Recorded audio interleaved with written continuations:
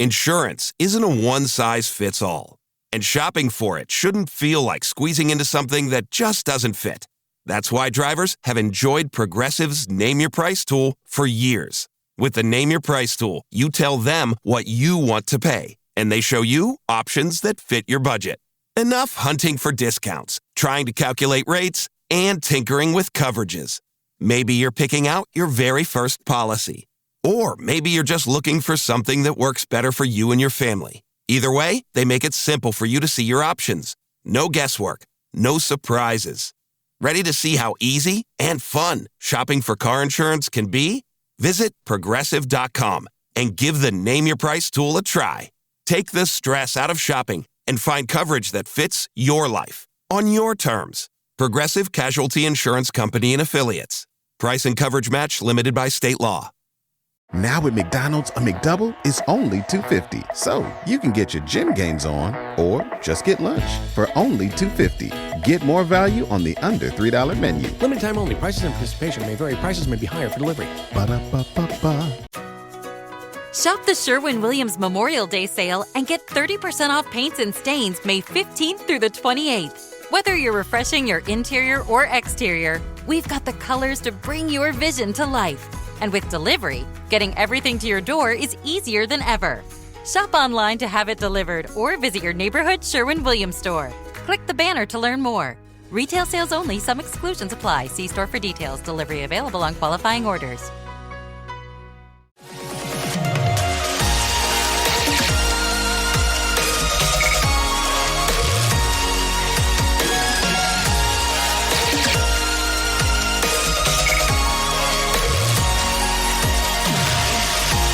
And away we go, episode 1326 of the Al Galdi podcast. It is Friday, May 15th, 2026, and the NFL's 2026 regular season schedule is out, including the Washington Commanders' 2026 regular season schedule being out. Came out on Thursday night. Now, I on this podcast do not do the thing of picking win or loss for each game for Washington upon the release of the team's regular season schedule. I find that exercise to be pointless and really not that entertaining. But I do the thing of assessing our team schedule, of analyzing our team schedule, of examining the things that matter most with the schedule, as this is a podcast that appreciates a good schedule, right? We on this podcast believe in the sanctity of a schedule as seen by the regimented nature of the schedule of this podcast. New episode for each weekday, Monday through Friday, with each episode out by 5 a.m. Eastern, and often much earlier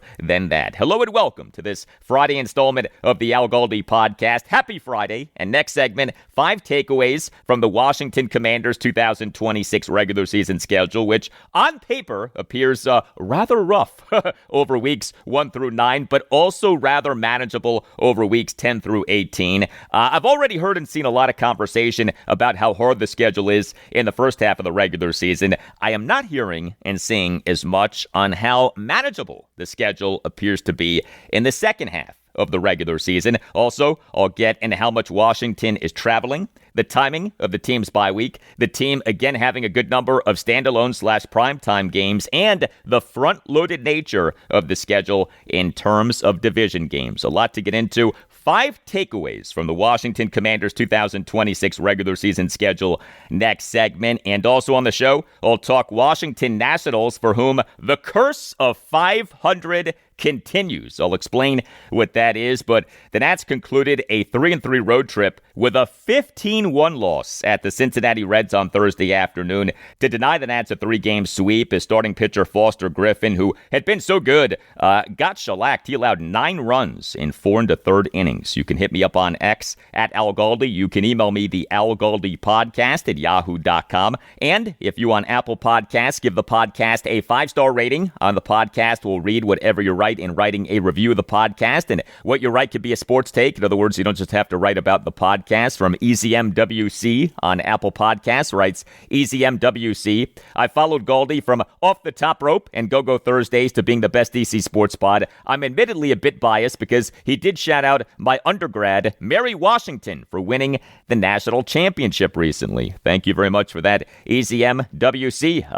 This past April 5th, the mighty Eagles of the University of Mary Washington Washington and Fredericksburg, Virginia. They won the Division III men's basketball national championship game 75-73 over Emory University at Gamebridge Fieldhouse in Indianapolis. A 6'5" Colin Mitchell, a putback as time expired in the second half. An all-time moment for UMW. Email from Matthias on a reference to the Washington Redskins, sort of, on NBC's Saturday Night Live this past Saturday night, writes Matthias. Al, 11:30 on a Saturday is late, except for those of us engaged in deviant acts. But did you catch the Washington Redskins reference on Saturday Night Live's cold open this past weekend? Was right at the beginning. Thank you for the email, Matthias. And Matthias, in his email, included a YouTube link to the sketch, which fictionally takes place at Martin's Tavern in Georgetown and begins with Kenan Thompson as a bartender giving a woman what he calls a Washington Redskin, a shot of Campari in an empty potato skin. That is not a real thing. That is not an actual popular drink/appetizer, but SNL went with that in the open. Here you go. All right.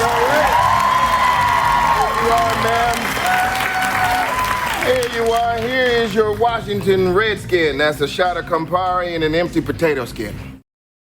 Yeah, a Washington Redskin, a shot of Campari and an empty potato skin. I'd try that. Who knows? Maybe that now actually becomes something popular at Martin's Tavern. And speaking of Washington Redskins, email from Tony Andrews of the nonprofit Save Our Native Souls, writes Tony. Tom Whitecalf, our Native Advisory Council member, will be in D.C. for an event on May 18th to lobby Congress for Redskins commemorative coin legislation. Tom is a descendant of John Two Guns Whitecalf and now follows in his great-uncle's footsteps. The Redskins alumni band will be playing and former Redskins cheerleaders will be performing. Tom Whitecalf will be speaking. I hope all is well, and I listen most every day. Well, thank you very much for that email, Tony. John Two Guns Whitecalf, of course, the man on whom the Redskins logo of the proud Native American warrior is based. Chief John Two Guns Whitecalf. He lived from 1872 to 1934. That would be cool to have a commemorative coin in honor of him and honoring Native Americans as a whole. I hope that event on May 18th goes well. Feedback on the Washington Wizards winning the 2026 NBA Draft Lottery from RJD on X, writes RJD, long live the tank. Thank you for that, RJD. Absolutely. Long live the tank. The tank is working. Our Wizards tank is working. From Tim on X, writes Tim, so excited for the Wiz. It's time to be a perennial playoff team. Hopefully, LOL. Thank you for that, Tim.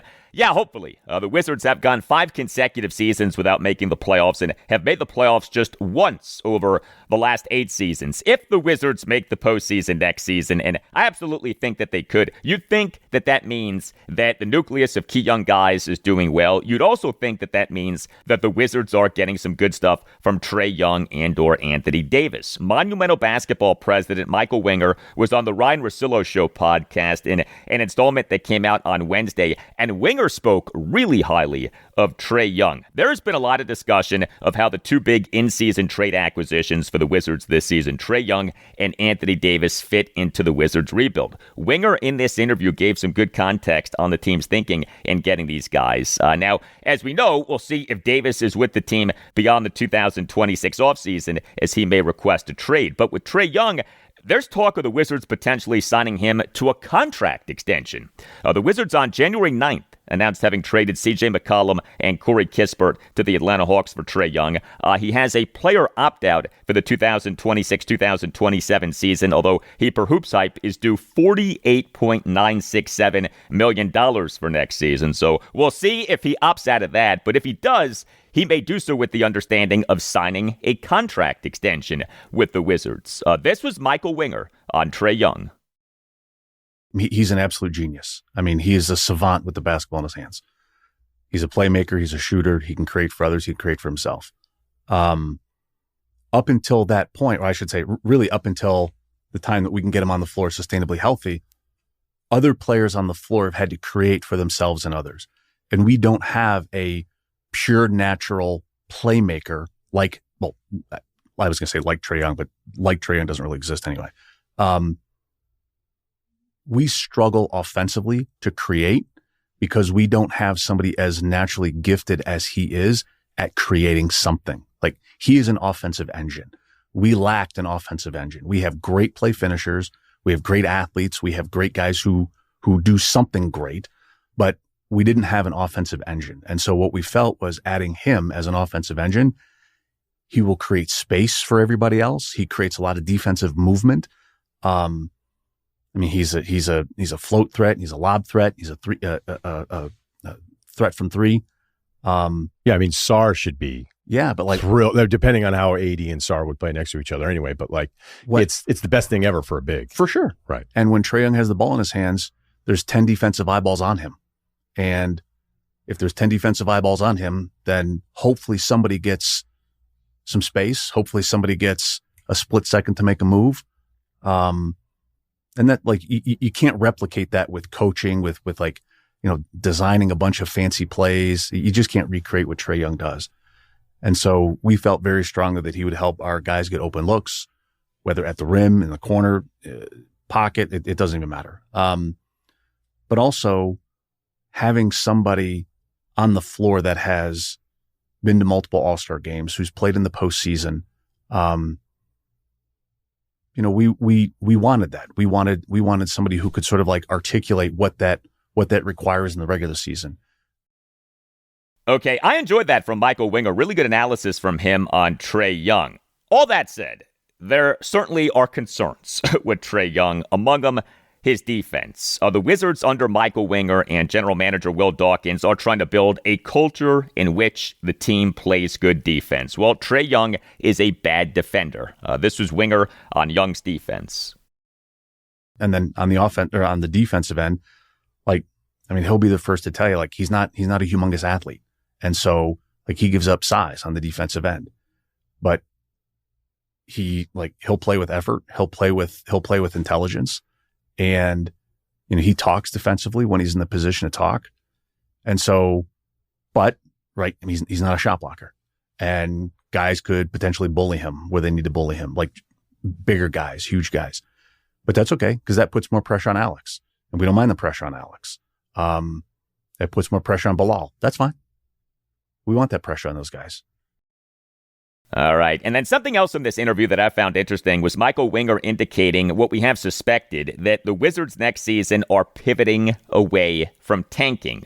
There are a lot of reasons to believe that this will be the case, including the likelihood of the NBA implementing anti-tanking rules starting next season and the 2027 NBA draft not being viewed as a good draft. But other reasons include the team now being better, i.e., it's time for the tanking to stop and for the team to try to start winning. Like, that's where the team is in its growth. Here was more with Ryan Russillo and Michael Winger. It feels a bit like, I don't know if you'll answer, like, do you have any idea? I mean, Tristan was terrific for us. Tristan? I mean, there were all these nights where, like, hey, if you were on, I'd be like, hey, let me keep my eyes on the Wizards for a few minutes. And I'd be like, this guy's playing his ass off. And I thought the Will stuff was really good to close the year, too, as I said. So there's a lot of guys I like, and it kind of feels like, in the best way ever in sports, is like, hey, you guys are going to have to figure out who's going to be who here. I mean, it really feels like that going into this year, the number one pick, AD, obviously Trae, it's like, hey, those minutes are not going to be there for you anymore. Was that a conscious decision? Yeah. And in exit interviews, big team meeting at the end of the season, BK said it, Will said it, in individual meetings, we've all said it. Like, nothing is promised to anybody anymore. And so we promise to maintain a culture of development 100%. Like, that's just in our DNA. That's who we are for the rest of time, for the rest of our time. Like, it's a culture of improvement. It's a culture of player development. AD, the oldest guy on the team, to the youngest guy on the team. But for the last handful of years, a lot of minutes have been just gifted to our draft, the kids that we've selected in the draft. And we've let them work through mistakes. That's so when some of these guys that you're talking about sort of showed us, like, some of these guys are ready to be in competitive games. Yeah, like you said at the top. We got to be in good games. In order for us to be in good games, we tolerate fewer mistakes. We have to play guys who know how to play. We have to play the guys that are playing well. And so by virtue of wanting to win more basketball games, our tolerance for mistakes, our tolerance for laziness will be either little or nothing. And so you're exactly right. These guys are going to have to fight for their minutes, and whoever steps up in camp and whoever steps up in practice. And, I mean, it's an NBA season. It's a very long NBA season. So guys are going to get hurt, but it's no more gifts. And I love that because our group is ridiculously competitive. I mean, almost comically competitive. You just watch these guys in practice, you're like, geez, like, is there anything they don't compete at? Right? Like, first to the parking spot. Like, come on, like, who cares?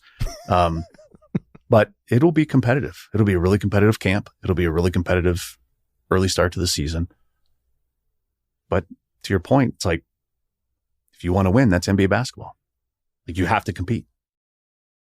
How about that from Michael Winger? Quote, no more gifts, end quote. I like that. No more gifting guys minutes. Well, just as the Wizards, hopefully, are in the midst of a successful rebuild, you can rebuild your wardrobe with Quince. What the Oklahoma City Thunder are to NBA rebuilds, that's what Quince is to wardrobe rebuilds. I just got new shorts from Quince, sand dune colored cotton chino drawstring shorts. They are outstanding, extremely comfortable, and yet nice enough to wear out to eat or to a family gathering. Ordering the shorts took minutes, and I right away was able to figure out the right size. You see, Quince makes ordering clothes easy. Look good and feel good with Quince. Quince has all of your wardrobe staples for spring. Think 100% European linen shorts and shirts from just $34. Everything is priced at 50 to 80% less than what you'd find with similar brands. How? Well, Quince works directly with ethical factories and cuts out the middlemen, so you're paying for quality, not brand markup. Everything is designed to last and make getting dressed easy. Refresh your everyday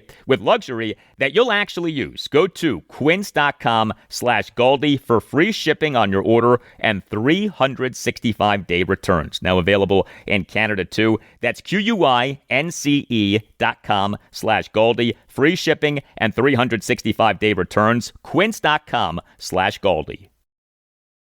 Big thanks to our sponsor, BetterHelp, for partnering with us for this important conversation about mental health. This is Steve Smith here, former NFL wide receiver and host of the 89 show on YouTube. So having a counselor and working with BetterHelp, that gives you an opportunity to really start to unpack. But people don't understand, when you unpack things, you also open up a box that you're not always sure what's inside. So I think that's why seeing a professional is extremely important. If you need someone to open up to, visit BetterHelp. That's betterhelp.com/89 to get started. We've all been there. You're away for the weekend, the big game is on, and you realize you're restricted from watching. Or maybe you're trying to check the latest lines on your betting app, but your local network is blocking the site. These are the ultimate unforced errors. You can prevent this from happening to you with IPVanish. IPVanish is the powerhouse VPN designed to keep you in the game no matter where you are. IPVanish helps you stay connected to your favorite team and streaming services while you travel, but it's not just about watching the game. For the bettors out there, IPVanish provides an extra layer of security and privacy that helps you access your account safely on public Wi-Fi. Plus, IPVanish is lightning fast, so you won't have to worry about lag during those crucial live betting moments. Right now, get a massive discount at IPVanish.com. That's IPVanish.com to get started today. Secure your play and go to IPVanish.com.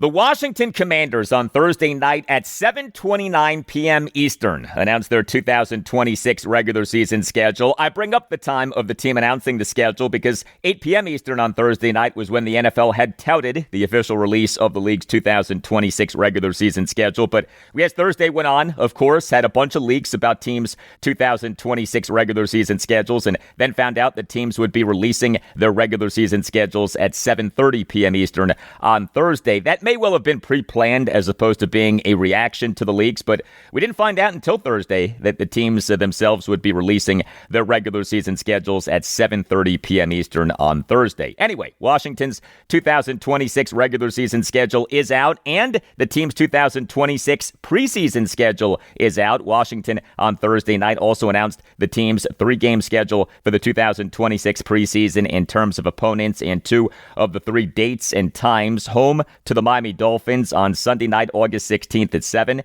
at the Detroit Lions, date and time to be determined, and at the Baltimore Ravens on Friday night, August 28th at 7. And we on Thursday night had reports that Washington and Miami have agreed on a joint training camp practice arrangement, given that the two teams are playing each other in a preseason game on August 16th. But regarding Washington's 2026 regular season schedule, so I am anxious to see what our team's net rest is. A good friend of this podcast, NFL analytics pioneer Warren Sharp of Sharp Football Analysis, he has come up with a groundbreaking metric, net rest, which is the cumulative sum of a team's individual game rest advantages throughout an entire NFL regular season. A rest edge in the NFL is the number of extra days that a team has to rest and prepare for its game versus what the opponent has to rest and prepare for the game. We don't yet know what Washington's net rest for the 2026 regular season is, but that number is a key number. Among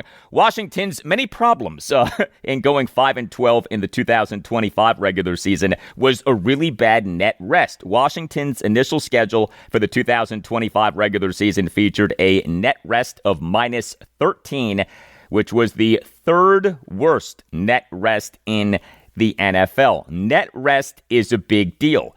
My initial examination of the team's 2026 regular season is that the net rest should be better than what we had last regular season. And something that especially stands out is that Washington, off its Week 7 bye, is home to the Philadelphia Eagles on Sunday Night Football at 8:20 on November 1st, with the Eagles coming off having played a game the previous Monday night, October 26th. Eagles home to the Dallas Cowboys on Monday Night Football on October 26th, but a big-time rest advantage for Washington for the home game against the Eagles on Sunday Night Football on November 1st. Also, how about Washington having 11 days between the team's games in Weeks 10 and 11? Week 10 at the New York Giants on Thursday Night Football at 8:15 on November 12th. Week 11 home to the Cincinnati Bengals on Monday Night Football at 8:15 on November 23rd. So we'll properly assess Washington's net rest in the 2026 regular season once the data comes out. For now, here are my 5 takeaways from the Washington Commanders' 2026 regular season schedule. Takeaway number 1.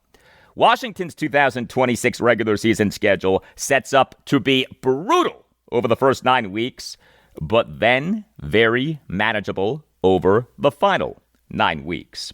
The best strength of schedule analysis for NFL schedules comes from Warren Sharp. He does his strength of schedule rankings for upcoming seasons based on projected win totals from Las Vegas odds makers. And I think that most people get this by now, but that is a much better way of determining strength of schedule rankings as opposed to determining the rankings based on, opponents' records from the previous regular season or how many opponents made the previous postseason or anything like that. Vegas odds makers know what is up. Vegas odds makers are factoring in what NFL teams did in the offseason, did in the NFL draft. And so the best way to do strength of schedule rankings for upcoming seasons is to look at win totals from Vegas odds makers. Washington, per Warren Sharp's analysis as of May 11th, had the 8th hardest schedule in the NFL for the 2026 regular season. However, Washington, per Sharp, as of May 11th, had the 5th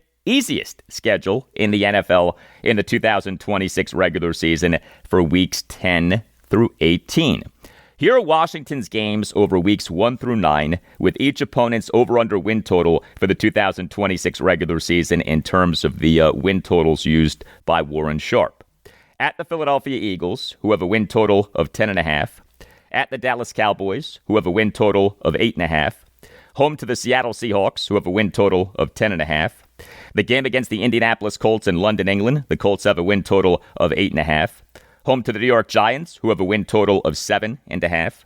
At the San Francisco 49ers, who have a win total of 10.5.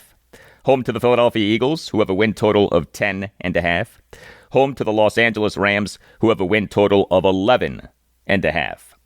5 of Washington's first 8 games are against teams each with a win total of at least 10.5. The Eagles twice, the Seahawks, the Niners, and the Rams. Now, here are Washington's games over weeks 10 through 18, with each opponent's over-under win total for the 2026 regular season in terms of the win totals used by Warren Sharp. At the New York Giants, who have a win total of 7.5. Home to the Cincinnati Bengals, who have a win total of 9.5. At the Arizona Cardinals, who have a win total of 4.5. At the Tennessee Titans, who have a win total of 6.5. Home to the Houston Texans, who have a win total of 9.5. Home to the Atlanta Falcons, who have a win total of 7.5. At the Minnesota Vikings, who have a win total of 8.5. At the Jacksonville Jaguars, who have a win total of 9.5. Home to the Dallas Cowboys, who have a win total of 8.5. Now, that's not some super easy portion of his schedule, but that does appear more manageable than what Washington has over weeks 1 through 9. 5 of Washington's first 8 games are against teams each with a win total of at least 10.5, but not a single one of Washington's final 9 games is against a team with a win total above 9.5. Again, Washington, per Warren Sharp's analysis as of May 11th, had the 8th hardest schedule in the NFL for the 2026 regular season, but Washington, per Sharp, as of May 11th, had the 5th easiest schedule in the NFL in the 2026 regular season for weeks 10 through 18. If Washington can just hold on weeks 1 through 9, our team potentially can make a run weeks 10 through 18. Now, hopefully Washington does better than just hold on over weeks 1 through 9. But to get the idea, at least as the way things set up, there is that opportunity to take off in the second half of the regular season. 5 takeaways from the Washington Commanders' 2026 regular season schedule. Takeaway number 2. Washington in the 2026 regular season is projected to travel a lot. Bookies.com senior betting / prediction market analyst Bill Spiros, seen a piece that came out on May 14th, calculated the travel mileage for each NFL team by using ChatGPT calculations from the exact coordinates of each game site. Travel distances were calculated from stadium to stadium. Spiros found out that Washington for the 2026 regular season is set to travel 24,141 miles, the 8th most in the NFL. Now, as we know, NFL teams travel quite well, okay? Players are taken care of in a very nice way. You know, these guys are not being bussed across the country. However, there is the obvious thought that more travel is bad and less travel is good, and that more travel can lead to more injuries. We know that Washington in its Renaissance 2024 season had great injury luck, and that the team in its horrendous 2025 season had terrible injury luck. Well, are you aware of the difference in travel? Washington for the 2024 regular season was projected by Bill Spiros to travel the fewest miles of any team in the NFL, just 10,550 miles. Coincidence or not, Washington in the 2024 regular season enjoyed great injury luck. Then Washington for the 2025 regular season was projected by Bill Spiros to travel 21,363 miles, the 11th most miles in the NFL. Coincidence or not, Washington in the 2025 regular season had terrible injury luck. This is a classic causation versus correlation topic. How much did the increased travel lead to the increased injury damage? Hard to say. I'm not going to pretend like I have all the answers, but this is worth noting. And Washington for the 2026 regular season, per Bill Spiros, who has been studying this stuff for years, is set to travel 24,141 miles, the 8th most miles in the NFL. 5 takeaways from the Washington Commanders' 2026 regular season schedule. Takeaway number 3, Washington in the 2026 regular season has a Week 7 bye, marking the team's earliest bye week in a regular season since a Week 4 bye in the 2018 regular season. Washington had a double-digit week bye week in each of the previous 4 regular seasons. 2022, Week 14 bye.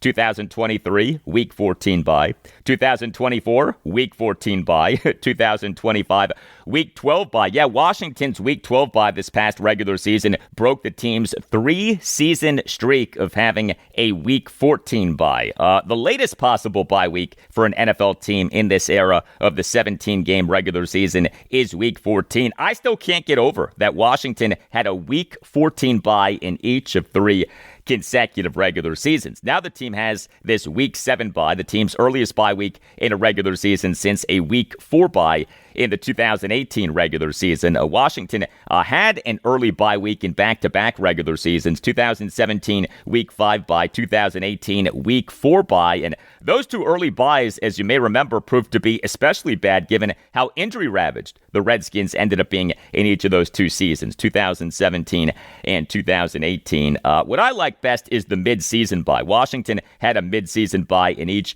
of 3 consecutive regular seasons, 2019 through 2021, 2019 Week 10 bye, 2020 Week 8 bye, 2021 Week 9 bye. To me, you always want a mid-season bye, and I for years have felt that the NFL, with its 18-week regular season, should not have any byes until at least Week 7. I don't get why the league can't just condense all teams' byes into, say, a 5-week stretch of Week 7 through 11 or a 6-week stretch of Week 7 through 12, something like that. Early byes and late byes can be competitive disadvantages/advantages. I mean, how insane is it that the Redskins in the 2018 regular season had a Week 4 bye, okay? Forget about how injury-ravaged the Skins ended up being in that season. Just think about that, okay? 2018 regular season, you're still talking about 16 games. So the Skins played 3 games and then had a bye and then had 13 more games. What sense does that make? How pointless was having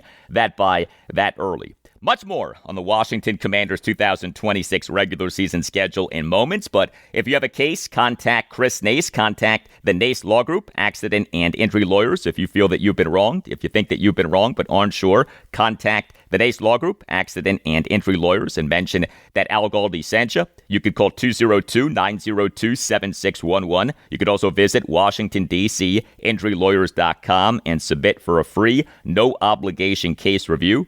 The Nace Law Group features compassionate lawyers and zealous advocates for its clients, led by the great Chris Nace and founded in 1979. The Nace Law Group is a Washington, D.C.-based family law firm that handles medical malpractice, personal injury, birth injury, legal malpractice, and consumer protection cases, offering aggressive advocacy for victims in Washington, D.C. and West Virginia. The Nace Law Group is outstanding. It will fight for you and your family. The Nace Law Group has recovered millions of dollars for the sick and injured. If you have a case, contact the Nace Law Group. Call 202-902-7611 or visit Washington, D.C., injurylawyers.com and tell the Nace Law Group that Al Galdi sent you. The Nace Law Group, accident and injury lawyers. 5 takeaways from the Washington Commanders 2026 regular season schedule, which officially came out on Thursday night. Takeaway number 4.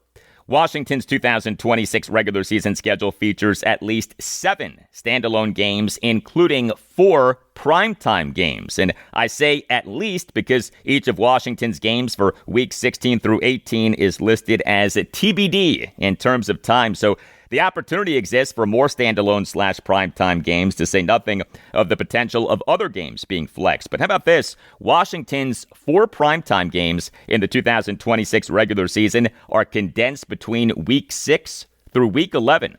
The 7 standalone games, including 4 primetime games. Week 4 versus the Indianapolis Colts in London at 9:30 a.m. on Sunday, October 4th. Week 6 at the San Francisco 49ers on Monday Night Football at 8:15 on October 19th. Week 8, home to the Philadelphia Eagles on Sunday Night Football at 8:20 on November 1st. Week 10 at the New York Giants on Thursday Night Football at 8:15 on November 12th. Week 11, home to the Cincinnati Bengals on Monday Night Football at 8:15 on November 23rd. Week 16 at the Minnesota Vikings on Saturday, December 26th, time to be determined. Week 17 at the Jacksonville Jaguars on Saturday, January 2nd, time to be determined. But Washington from Week 6 through Week 11 has 4 primetime games. 4 primetime games in a 5-game stretch as the team has that Week 7 bye.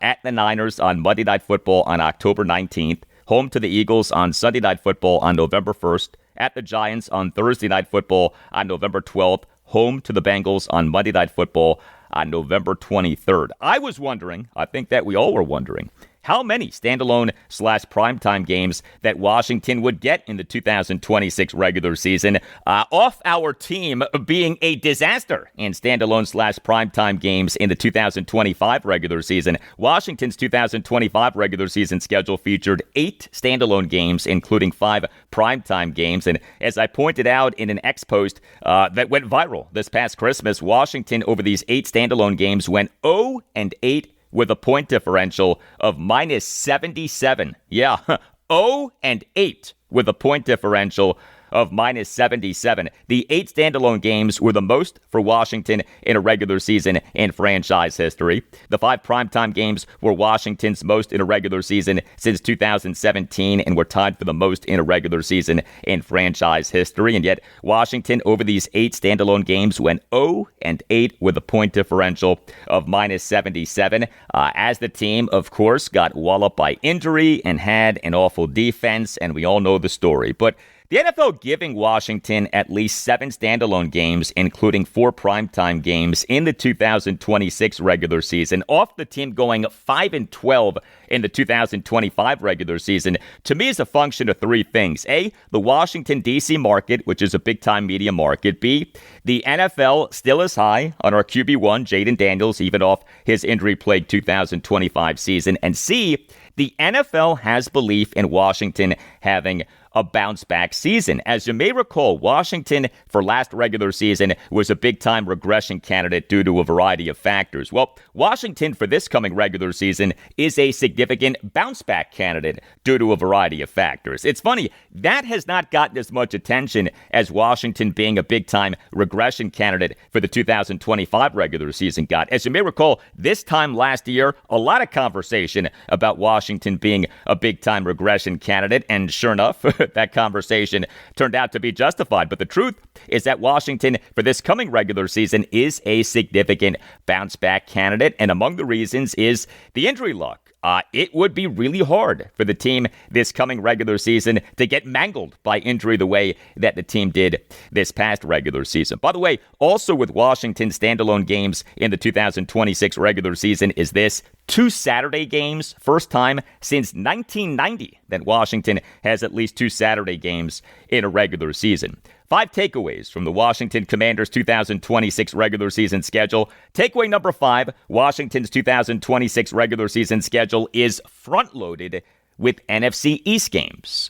Both of Washington's first 2, 3 of Washington's first 5, and 5 of Washington's first 9 games are NFC East games. Week 1 at the Philadelphia Eagles on Sunday afternoon, September 13th at 4:25. Week 2 at the Dallas Cowboys on Sunday afternoon, September 20th at 4:25. Week 5, home to the New York Giants on Sunday afternoon, October 11th at 1. Week 8, home to the Philadelphia Eagles on Sunday Night Football on November 1st at 8:20. Week 10 at the New York Giants on Thursday Night Football on November 12th at 8:15.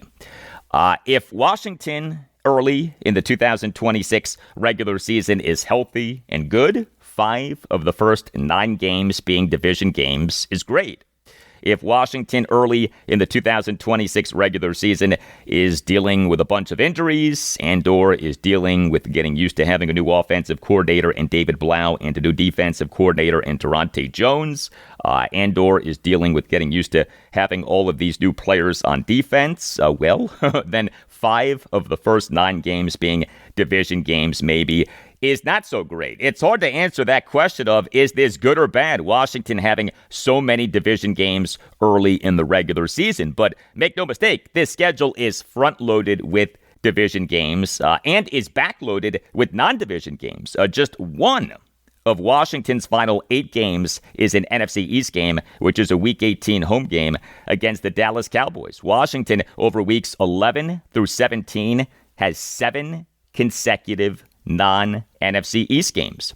And this is a departure from what we had in recent seasons. Each of Washington's last 4 games of the 2025 regular season was an NFC East game. Each of Washington's last 3 games of the 2024 regular season was an NFC East game. It's interesting that the NFL did this so heavily front-loaded the schedule with division games. Washington in the 2026 regular season has back-to-back division games to begin a regular season for the first time since the 2019 regular season. Those games, as you may recall, did not go so well. September 8th, 2019, a 32-27 loss at the Eagles in a game in which the Redskins blew a 17-0 second quarter lead. September 15th, 2019, a 31-21 loss to the Cowboys at FedEx Field. But it is nice to now have the Washington Commanders 2026 regular season schedule. This episode of the podcast is for Friday, May 15th. Washington's 2026 regular season opener is on September 13th. We are less than 4 months away from that Week 1 game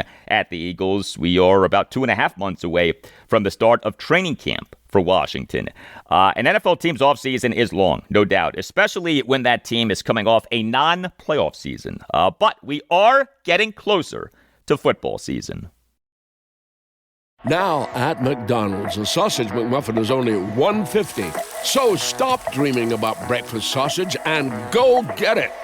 Get more value on the under $3 menu. Limited time only. Prices and participation may vary. Prices may be higher for delivery.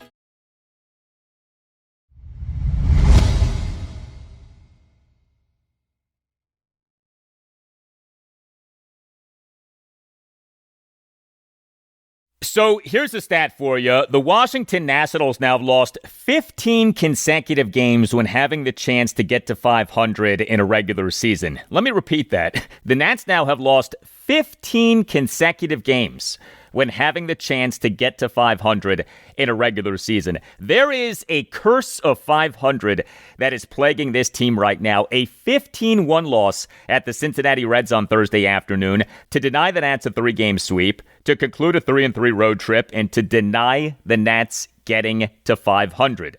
The Nats in MLB's 2026 regular season now are 21-23, 15-10 on the road versus 6-13 at home.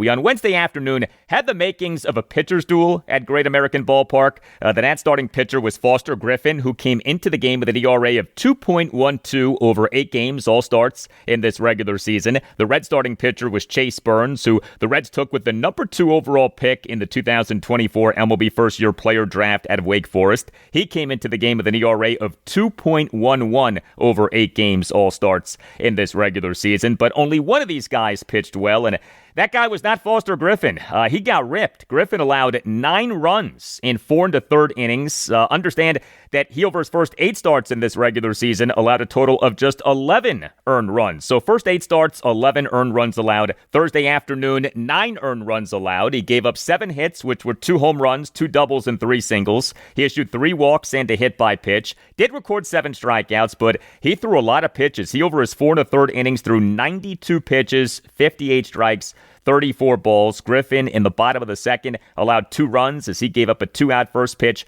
Opposite field, 2-run homer by Matt McLain to right center field for a 2-0 Reds lead. Griffin, in the bottom of the 4th, allowed 4 runs on a double, 2 singles, and 2 walks. And Griffin, in the bottom of the 5th, allowed 3 runs as he gave up a 1-out first pitch, 3-run homer by J.J. Bleday to right field for a 9-0 Reds lead.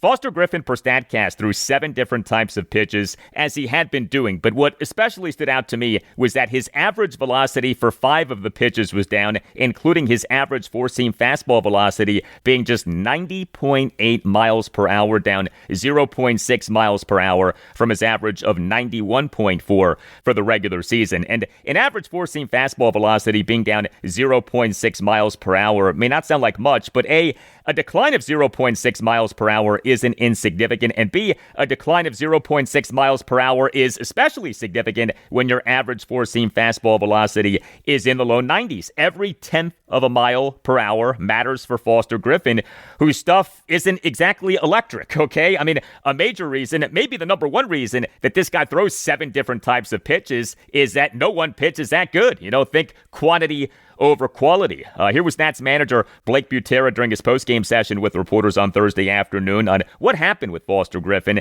and then you'll hear a follow-up exchange between my co-host on the Nats Chat podcast, Nats insider Mark Zuckerman of NatsJournal.com, and Butera, and then you'll hear another follow-up exchange with Butera.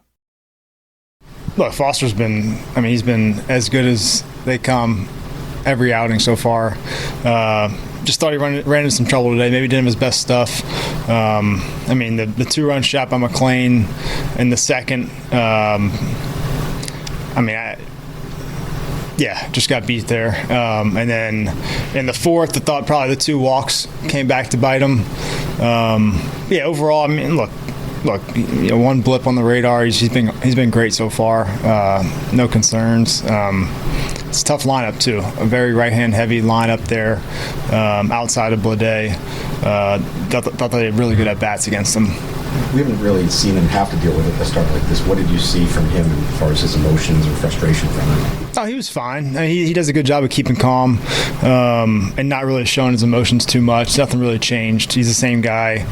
He looked the same today that he did when he went in 7 innings the other day, and that's just who he is. He's the same guy every single day. And like I said, he's a really good pitcher, and we believe in him. And just one rough outing. Not getting too high or low emotionally, is that part of what gives you confidence in Foster to not necessarily even figure this out, but to bounce back from this things next time? Yeah, for sure. He'll bounce back. No concern there. No worries on our end. Well, the Nats starting pitching in this series ended up being terrible. The 10-4 win at the Reds on Tuesday evening, Miles Michaelis officially allowed 2 runs, 1 earned in 3 and a third innings. The 8-7 10-inning win at the Reds on Wednesday evening, Jake Irvin allowed 6 runs, 5 earned in 3 innings. And this 15-1 loss at the Reds on Thursday afternoon, Foster Griffin allowed 9 runs in 4 and a third innings. The Nats are lucky to have won 2 out of the 3 games in this series, given how bad the team's starting pitching was. The Nats in this 15-1 loss at the Reds on Thursday afternoon used 1 relief pitcher and used 1 position player as a pitcher.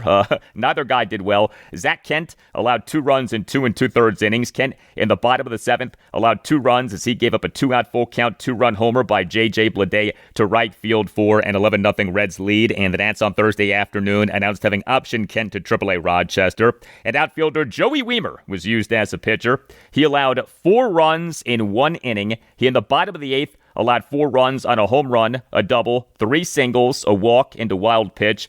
Second time in this regular season that Wiemer has been used as a pitcher. He and the Nats' 16-5 loss at the Pittsburgh Pirates on April 13th allowed 1 run in 1 inning. He, in the bottom of the 8th, allowed a run in giving up 2 singles and issuing a hit by pitch and a walk. And the Nats' offense in this 15-1 loss at the Reds on Thursday afternoon did next to nothing. Just 1 run, just 3 hits, which were 2 doubles and a single, 0 for 7 with runners in scoring position. The Nats did work 3 walks, but the Nats got worked by Red starting pitcher Chase Burns. As mentioned, the guy who the Reds took with the number 2 overall pick in the 2024 draft. And this guy is surging right now. He on Thursday afternoon tossed 6 scoreless innings with 7 strikeouts. So the Nats, off scoring 18 runs in winning the first 2 games of this series, scored just 1 run in this loss on Thursday afternoon. We, during Blake Butera's postgame session with reporters on Thursday afternoon, had this exchange. Chase Burns kind of do to keep silence off us a little bit? Man, that guy's really good. Really, really good. I was telling the home plate umpire that. I'm like, God, that's some ridiculous stuff. He's like, yeah, I'm back there, and they're not all straight either. They're cutting, they're running. He's like, it's 98, 99 coming at you. Touched 100 a couple times with cut, with rod, with carry. And the slider at 92, 93. That kid's going to be a good pitcher in this league for a long time. I thought that was one of the best arms we faced. Yeah, Chase Burns is very good. And when it comes to this curse of 500, we, during Blake Butera's postgame session with reporters on Thursday afternoon, had these exchanges. This has been the 6th time this year where you guys are a game under 500 and haven't been able to reach that mark. What's the emotional toll of that, do you think, if anything? I haven't really heard anything from anybody. I don't know. I'm just not too caught up in our record here on May, 15th. We want to win every day. So whatever our record is, our job is to go out there and play our best game every day. I know we've keep coming up to like 1 game below 500. But at the end of the day, like, we care about where we're at come August, September, October. Our job is just to go out there and just play our best every day. You speak to it a little bit, but can you expand on why you feel like it isn't on their radar and also why that's a good thing? There's just so many games. I mean, if our goal is to, what's our record, 21 and 23? If our goal is to be 22 and 22, like, I don't know what that does for us. Our goal is just to keep getting better every day. I know it might sound like cliche or whatever, but that really is what these guys are focused on doing. Put their head down, get after it, fix the things that we're not great at, continue to work on the things we can get better at, pick our head up, All-Star break, going into August, and then see where we're at. All right, so those answers from Blake Butera, to me, are yet another indication of how the Nats, in their first season with Paul Taboni as president of baseball operations, are approaching things. This is, as I've been saying, a restarted rebuild, and so that's why Butera said what he said right there. If the Nats were a win-now team, no way would Butera have given the answers that he gave right there. And of course, the Nats want to win. They're not trying to lose. They're not tanking. But the primary focus of Taboni, Butera, and the rest of Nats baseball operations is getting things in order, implementing the new and better process based on analytics and sports science, figuring out who the true building block players are, etc. And that's why when it comes to shortstop CJ Abrams, I do still think that we are on trade watch with him. Not that he's definitely going to be traded this season, but I do feel like we have to be prepared for the possibility of this guy being traded this season, given that he's doing so well offensively, not defensively, but offensively, and given that he's only under team control through the 2028 season. And speaking of CJ Abrams, good piece by Nats insider Spencer Nussbaum of The Athletic. The piece came out on Thursday morning. Headline, quote, "The Nationals could move CJ Abrams off shortstop. Here's why they likely won't," end quote. I have talked about how Abrams' bad defense at shortstop for multiple seasons now is indicative of a guy who should not be a shortstop, but I've also discussed how moving him off shortstop would lessen his trade value because shortstop is a premium defensive position. Well, Spencer backed up what I've been saying, quote, "The Washington Nationals understand the situation as well as any of us do. CJ Abrams is a preternaturally gifted player. He has a good shot at a 30-30 season and has been one of the best offensive shortstops in MLB this year. It's the shortstop part that complicates matters.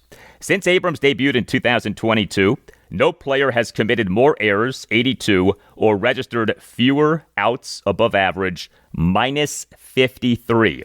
The highlights are there, but the consistency is not where he or the Nats needed to be. Even under new instruction, the issues have persisted.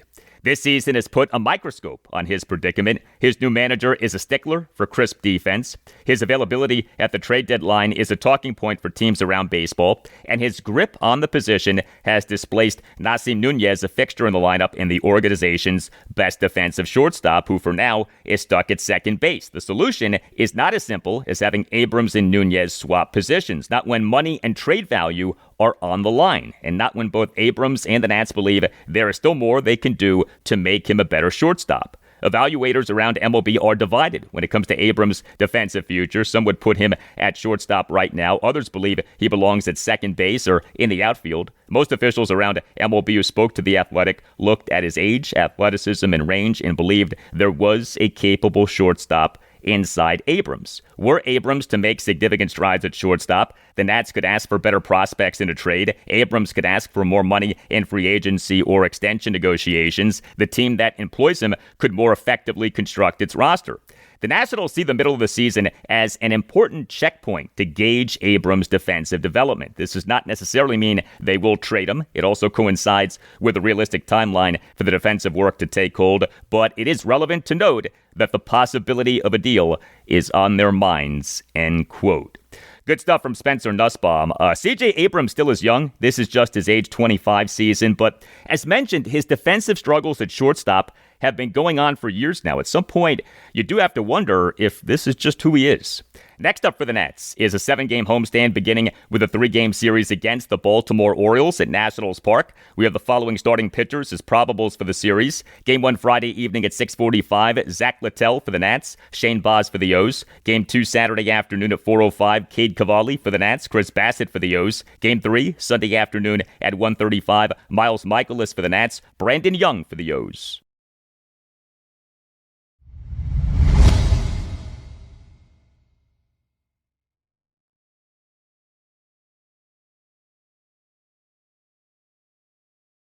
And that'll do it for you and me for now, but there's more to come. Monday's show, episode 1327. We'll have a lot for you on the Washington Commanders. Also on Monday's show, I'll talk Washington Nationals and Baltimore Orioles as we this weekend have a 3-game series between the Nats and O's at Nationals Park. Have a great weekend, and I'll talk to you on Monday.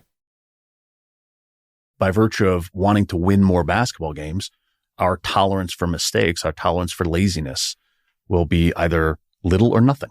And so you're exactly right. These guys are going to have to fight for their minutes, and whoever steps up in camp and whoever steps up in practice. And, it's an NBA season. It's a very long NBA season. So guys are going to get hurt, but it's no more gifts.